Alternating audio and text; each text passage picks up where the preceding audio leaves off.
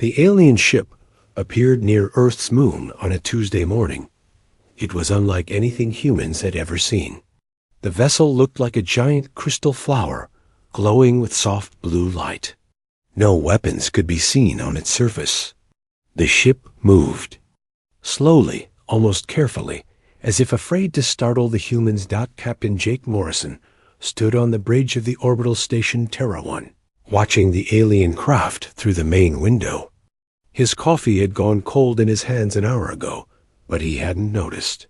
After 30 years in space, he thought he had seen everything. He was wrong. "Sir, they're sending another message," said Lieutenant Danny Clark from the communications desk.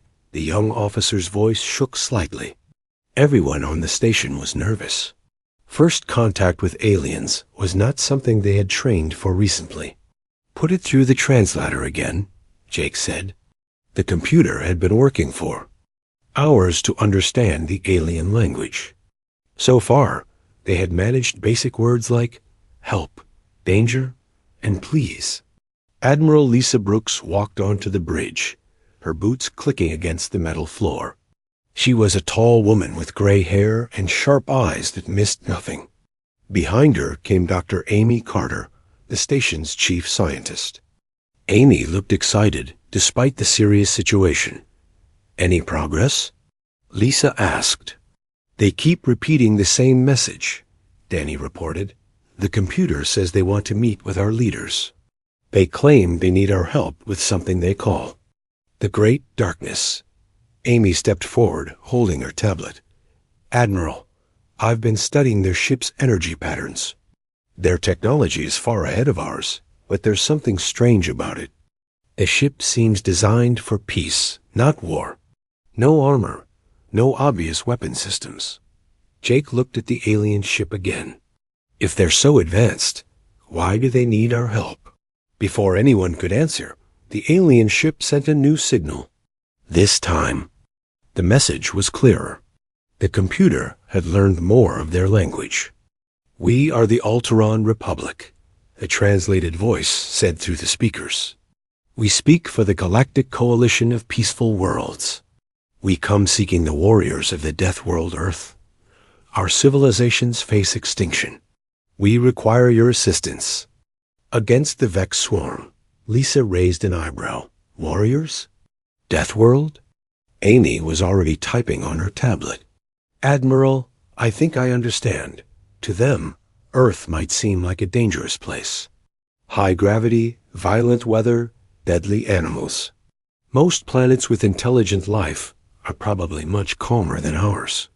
The alien message continued. "We know your kind is dangerous. Your world breeds fighters. We avoided contact because we feared you. But now we have no choice. The Vex consume everything. Our weapons cannot stop them. Please, we beg for your help." Jake felt a chill run down his spine. If aliens with advanced technology were scared enough to ask humans for help, the situation must be very bad. "Send a reply," Lisa ordered. "Tell them we will meet with their representatives. But the meeting happens on our terms, on our station." Danny worked at his console. After a few minutes, he nodded. "Message sent, Admiral. They're responding now." "We accept your terms," came the alien reply. "Ambassador Zethkri will come aboard your station. We must warn you, the Vex grow stronger each day. Time is running short." 3 hours later, Jake stood in the docking bay with a small team. Lisa was there, along with Amy and Pete Williams, the station's chief engineer. Pete was a big man with kind eyes who could fix anything. They all wore their best uniforms, trying to look professional for humanity's first alien visitor. The alien shuttle was small and beautiful, shaped like a teardrop made of the same glowing crystal as the mothership. It landed without making a sound. The door opened, and Ambassador Zithkri stepped out. The alien was tall and thin, with pale blue skin that seemed to shimmer in the light. He had 4 arms and large, dark eyes that showed intelligence and fear. His clothes were simple but elegant, made of a fabric that changed colors as he moved. "Greetings, humans of Earth," Zethkri said. His voice was soft and musical, but the translator made it sound mechanical. "I am Ambassador Zethkri of the Alteron Republic. I thank you for accepting this meeting." Lisa stepped forward. "Welcome aboard Terra 1, Ambassador. I am Admiral Lisa Brooks, Commander of the Terran Defense Fleet. We're honored by your visit, but we need to understand the situation you're facing." Zethkri's 4 hands moved in, what might have been a gesture of gratitude. "Admiral Brooks, the situation is desperate. The Vex swarm has already consumed 12 star systems. They are not like us. They do not seek peace or understanding. They only consume and reproduce." Amy couldn't help herself. "What exactly are the Vex?" The ambassador's eyes grew darker. "They are a hive mind, Dr. Carter. Biological creatures that spread like a disease across the galaxy. They eat everything organic and use it to create more of themselves. Our energy weapons pass through their organic ships like they are not there. Our defensive shields cannot stop their acid attacks." Pete frowned. "If your technology is so advanced, why can't you fight them?" "Because we are civilized," Zethkri said quietly. "For thousands of years, the Coalition has solved problems through discussion and science. We have no experience with true warfare. We do not know how to kill efficiently." Jake understood now. "You need soldiers." "Yes," the ambassador said. "We have studied your species from a distance. Your world is what we call a death world. It breeds survivors and fighters. Your history is filled with conflict, but you have also shown the ability to unite against common threats." Lisa crossed her arms. "What exactly are you offering in return?" Zethkri activated a small device, and a holographic star map appeared in the air between them. "Technology beyond your current understanding. Star charts showing safe travel routes through the galaxy. Membership in the Coalition once the Vex are defeated. Your species would have access to thousands of peaceful worlds." Amy's eyes widened as she studied the hologram. The technology was incredible. Jake could see her mind racing with possibilities, but Lisa remained focused. "And if we refuse?" "Then the Vex will eventually reach Earth," Zethkri said simply. "They consume everything in their path. Your world would be just another feeding ground."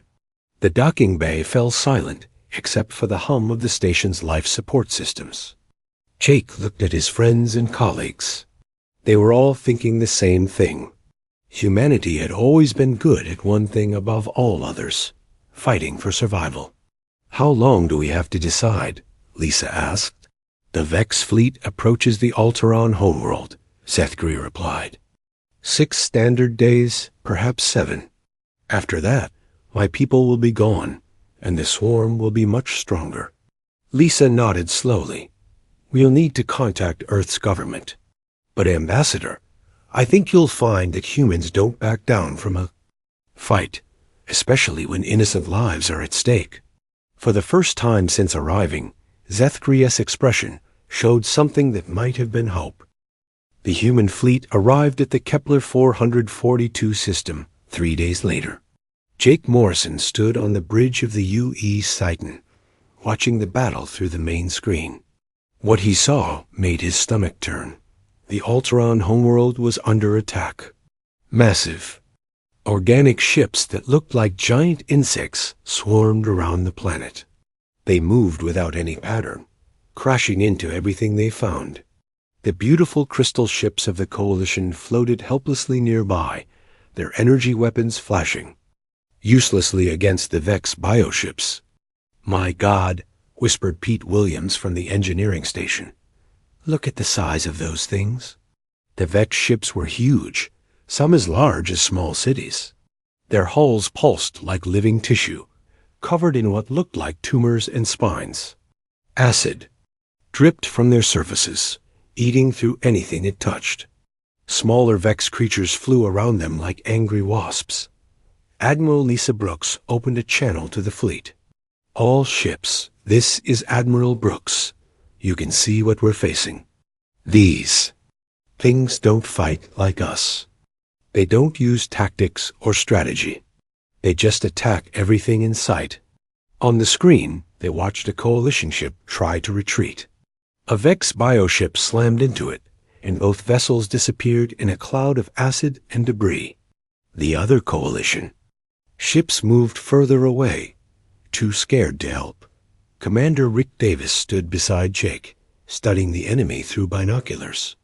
Rick was a Marine, a big man with scars on his hands and a voice like gravel. "Admiral, my boys are ready to go. Just point us at the enemy." Lisa nodded. "Rick, take your Marines and board that large Vex ship. We need to understand how these things work. Dr. Carter will go with you." Amy Carter looked nervous, but determined. She had insisted on coming along to study the Vex up close. "I've prepared sample containers and scanning equipment. We need to know what makes them tick." Jake felt the ship shake as the Titan moved closer. To the battle. Around them, the other human ships spread out in attack formation. The U's Warrior, commanded by Captain Lucy Hayes, took the left flank. The U's Defender moved to the right under Captain Tony Martinez. "Incoming transmission from the Coalition flagship," reported Lieutenant Danny Clark. The screen changed to show Ambassador Zeeth Cree. The alien looked terrible, his blue skin pale with fear. "Admiral Brooks, you must retreat. Your ships are too small. The Vex will destroy you." "Ambassador, with respect, we didn't come here to run away," Lisa replied.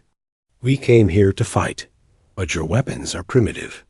Your ships are made of simple metal. The Vex acid will eat through them in minutes." Lisa smiled grimly. "Ambassador, you're about to learn something about humans. We don't always need the best equipment. Sometimes we just need the will to use what we have." The first human ship to engage was the UES Warrior. Captain Hayes brought her vessel close to a medium-sized Vex bioship and opened fire with kinetic weapons. The metal slugs tore through the organic hull, causing green fluid to spray into space. The Vex ship turned toward the Warrior, extending what looked like tentacles covered in acid. But Hayes was ready. She spun her ship away and fired again, this time hitting what appeared to be the creature's head. "Direct hit," Hayes reported over the radio. The thing's slowing down. More human ships joined the attack. They moved fast and aggressive, using their smaller size to dart between the massive Vex vessels. The aliens watched in amazement as the humans did exactly what the Coalition had been told never to do. They got close to the enemy. Rick Davis and his Marines launched from the Titan in assault shuttles. Sergeant Maria Lopez sat across from Rick, checking her flamethrower. She was a small woman with fierce eyes and hands that never stopped moving. "Remember, people," Rick said over the comm system, "these things are animals. They react to pain and fire just like any animal. Don't think of them as ships. Think of them as very large, very angry beasts." The shuttle pilot, Lieutenant Tim Walker, brought them alongside a Vex bioship. "Cutting through the hull now," he reported. The shuttle's laser cutter began slicing through the organic material. Green liquid sprayed across the window. Inside the Vex ship, the Marines found a nightmare. The corridors were made of living tissue that pulsed with each heartbeat. Strange creatures that looked like a mix of spider and snake crawled along the walls. The air was thick with a smell like rotting meat. Amy followed the Marines, taking readings with her equipment. "The entire ship is one giant organism," she reported. "These smaller creatures are like white blood cells. They're trying to fight off infection. That's us." Maria stepped forward with her flamethrower. "Then let's give them a real infection to worry about." She pulled the trigger, sending a stream of fire down the corridor. The Vex creatures screamed and retreated. The Marines moved deeper into the ship, using fire and explosives to clear their path. They found what looked like a brain chamber, a huge room filled with pulsing organic computers. "Amy, get over here," Rick called. "Is this what I think it is?" Amy ran her scanner over the organic computers. "It's their control center." "But Rick, look at this. The entire ship shares one consciousness. It's like fighting a single giant animal." "Then we kill the brain," Maria said simply. She pulled out an explosive charge. Back in space, the human fleet was having success against the smaller Vex ships. But the largest bioship, the size of a space station, was still destroying Coalition vessels. Its massive tentacles reached out to crush anything that came close. Captain Martinez brought the UES Defender straight at the giant creature. "This is Martinez to all ships. I'm going to ram this thing. All weapons, target my impact point." "Tony, no," Lisa called over the radio. "Your ship won't survive that." "Admiral, sometimes you have to make the hard choice," Martinez replied. "Just make sure you hit this thing hard after I do." The Defender accelerated toward the massive Vex ship. At the last second, Martinez and his crew escaped in life pods. The ship struck the bioship's center mass and exploded. The creature writhed in pain, its tentacles going wild. "All ships, target the wound," Lisa ordered. "Pour everything into that hole." The human fleet concentrated their fire on the damaged area. Metal slugs and missiles tore through the creature's flesh. Green blood sprayed across space as the giant bioship slowly died. On the Coalition flagship, Ambassador Zethkri watched in shock. "They're insane," he whispered to his aide. "They fight like wild animals." His aide, a young Alteron named Veltar, shook his head. "No, Ambassador. They fight like predators. Look how they coordinate. Look how they adapt. They're not wild. They're hunters." Inside the Vex bioship, Maria's explosive charge detonated. The organic computers burst into flames, and the entire ship began to convulse. The Marines ran for their shuttle as the creature died around them. "Shuttle away," Tim reported as they escaped the collapsing bioship. All Marines accounted for. Amy clutched her sample containers, filled with Vex tissue and fluid. "I got what we need. These things aren't as tough as they look. They're just big and scary." The battle was turning. The remaining Vex ships, seeing their largest vessel destroyed, began to retreat. But they moved slowly, like animals that couldn't understand what had happened to them. Lisa opened a channel to the Coalition fleet. "Ambassador, the immediate threat is over, but we need to talk. These creatures are going to be back, and next time they'll bring more friends." Zethkri's image appeared on screen. The alien's 4 hands were shaking. "Admiral, we have never seen anything like your tactics. You fight without fear." "Ambassador, we fight because we have to," Lisa replied. "And now we need to teach your people how to do the same." The news traveled fast through the Vex hive mind. For the first time in their existence, they had felt true fear. The memory of the burning bioship spread to every Vex creature across the galaxy. These new enemies, these humans, fought in ways the Vex could not understand. Jake Morrison stood in the war room aboard Terra 1, looking at the star map Dr. Amy Carter had created. Red dots showed Vex positions throughout the galaxy. A large cluster was moving toward Earth. "They're coming." "For us," Amy said, pointing at the map. "My analysis of the Vex tissue samples shows they share memories instantly. Every Vex creature now knows about the battle at Kepler 442. They see us as the biggest threat." Admiral Lisa Brooks studied the approaching fleet. "How many ships?" "Over 300 bioships," reported Pete Williams. "The largest fleet the Vex have ever assembled. They're bringing everything they have." Jake felt his stomach tighten. "When will they reach Earth?" 4 days, Amy answered. "Maybe less." Lisa turned to Commander Rick Davis, who stood near the window watching Earth. Below. Rick, how are the preparations going? Rick smiled, but it wasn't a happy smile. The outer colonies are evacuated. Mars is ready for siege. We've turned every moon and asteroid into a fortress. If they want Earth, they'll have to pay for it. On Mars, Major Lisa Grant walked through the underground command center. The red planet had been transformed into a military base. Weapons were hidden in every crater. Mines floated in space around the planet like deadly seeds. Status report, Lisa called to her staff.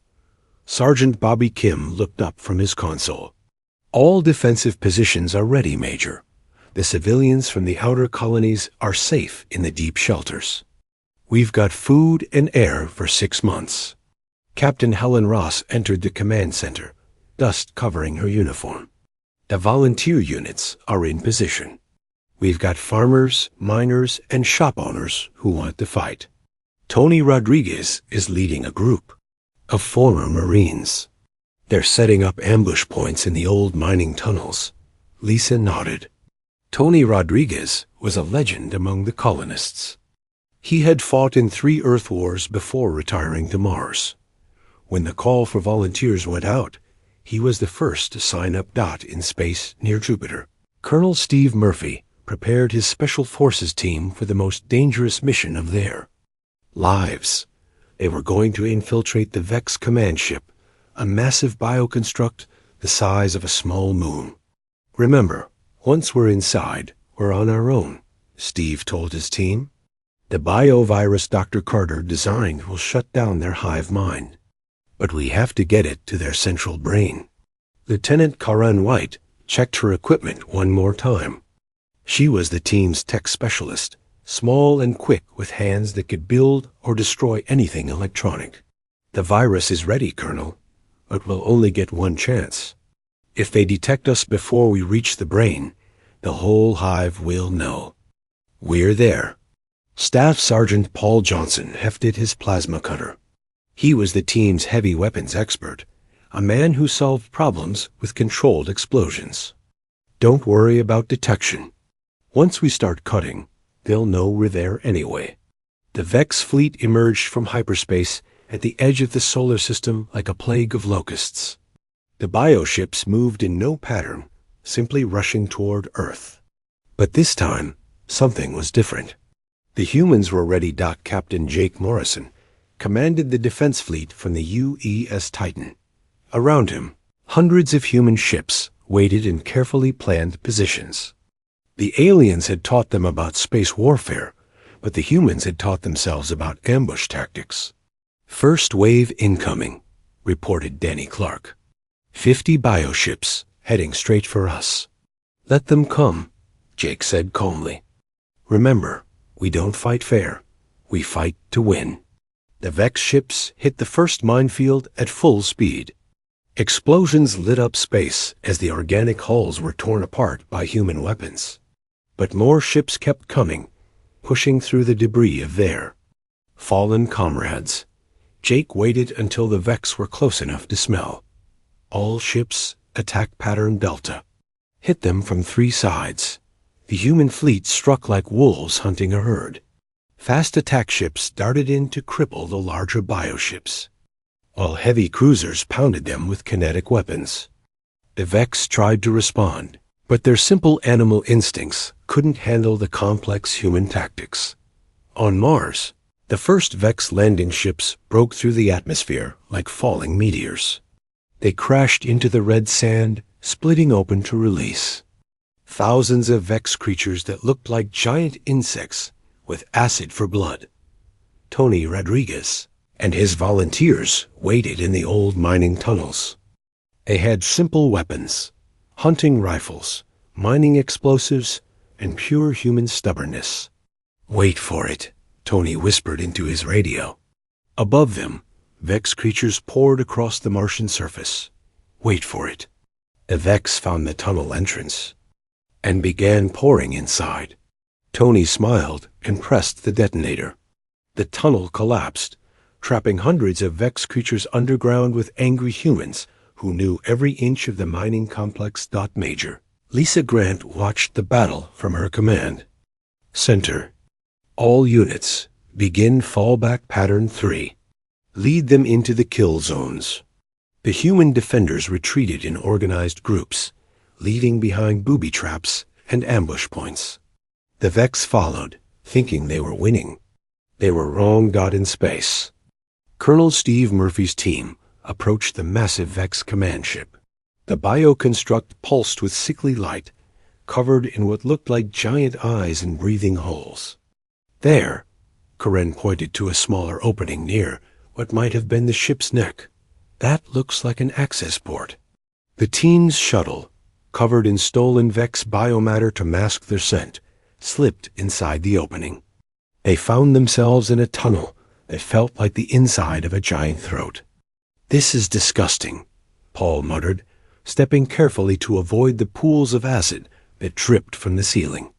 "Stay focused," Steve ordered. "Karen, which way to the brain?" Karen checked her scanner. "Forward and up." "But Steve, I'm reading. Massive electrical activity ahead. I think we're getting close to something important." The team moved deeper into the ship, past chambers filled with Vex larvae and organic computers that pulsed with alien thoughts. The walls around them were alive, occasionally twitching as if the ship knew they were there. They reached a massive chamber filled with what looked like a giant brain made of crystal and flesh. Electrical storms flickered across its surface as it processed information from the entire Vex fleet. "That's it," Karen whispered. "The central processing unit for the whole hive mind." Steve activated the biovirus container. It was a small device, no bigger than a grenade, but it contained Dr. Carter's most dangerous creation. The virus was designed to disrupt the electrical patterns that held the Vex consciousness together. "Once I throw this, we run," Steve told. "His team, the whole ship will know we're here." He pulled the pin and threw the device at the giant brain. It stuck to the organic surface and began to spread a green glow across the crystal formations. Immediately, alarms that sounded like screaming animals echoed through the ship. The walls began to convulse, and acid started dripping faster from the ceiling. "Move, move," Steve shouted. The team ran for their lives as the ship began to tear itself apart. Behind them, the biovirus spread through the neural networks like wildfire, disrupting the connections that linked every Vex creature in the fleet. In space around Earth, the effect was immediate. Vex bioships that had been moving in coordinated attacks suddenly began flying in random directions. Some attacked each other. Others simply stopped moving and floated helplessly in space. Jake Morrison watched from the Titan's bridge as the enemy fleet fell apart. All ships pressed the attack. "They're confused and scattered. Don't let them regroup." The human fleet struck with renewed fury, destroying bioships that could no longer coordinate their defenses. The tide of battle had turned completely on Mars. Tony Rodriguez emerged from the tunnels to find Vex creatures wandering aimlessly across the red landscape. Without the hive mind to guide them, they were just lost animals. "Mop up time, people," he called to his volunteers. "They're not so scary when they can't think straight." The swarm that had terrorized the galaxy for decades was breaking apart, destroyed by the chaotic tactics of a species they had underestimated. The Deathworlders had sent their doomed fleet, and the Vex had learned too late that humans don't just fight to win. They fight to make sure their enemies never threaten anyone again. 3 months after the final battle, Ambassador Zethkri stood before the Galactic Coalition Council on the crystal world of Arcturus Prime. The Great Hall was filled with representatives from hundreds of peaceful species, all waiting to hear his report about the humans. "Honored Council," Zethkri began, his 4 hands trembling slightly. "The Vex swarm is gone, completely destroyed. The threat that terrorized our galaxy for 50 years has been eliminated in less than 6 months. A murmur ran through the assembly. Council leader Mortek, an ancient being whose species had founded the coalition, leaned forward. And the humans? What of these Deathworlders? Zethkri activated a holographic display showing footage from the battles. The council watched in shocked silence as human ships rammed into Vex bioships, as Marines used fire and explosives in close combat, as entire planets were turned into weapons. They fight like demons, whispered Representative Yolandra of the peaceful Centauri. No regard for their own safety. That's not true, Zethkri said. They calculated every risk. But they were willing to pay prices we would never consider. They weaponized their own recklessness. The footage showed human soldiers running into acid clouds to plant explosives, ships sacrificing themselves to save others, entire populations volunteering to fight an enemy they had never seen before. They transformed the nature of warfare itself, Zethkri continued. The Vex could not adapt to human unpredictability because humans don't follow any logical pattern. They make decisions based on emotion, instinct, and something they call honor. Council leader Mortek studied the images. What are their demands? What price do they ask for their services? That's what troubles me most, Zethkri admitted. They ask for nothing. They simply began expanding into former Vex territory. They're not conquering, they're colonizing. And they're doing it in ways we thought impossible. The display changed to show human settlements on worlds the Coalition had declared uninhabitable, planets with toxic atmospheres, extreme gravity, and radiation levels that would kill most species. Humans were not just surviving there, they were thriving. Jake Morrison stood on the observation deck of the newly constructed Titan station, orbiting what used to be a Vex world. Below him, human colonists were already building cities in the planet's harsh environment. The world had acid rain and an atmosphere that would poison most aliens. But humans just wore protective gear and kept working.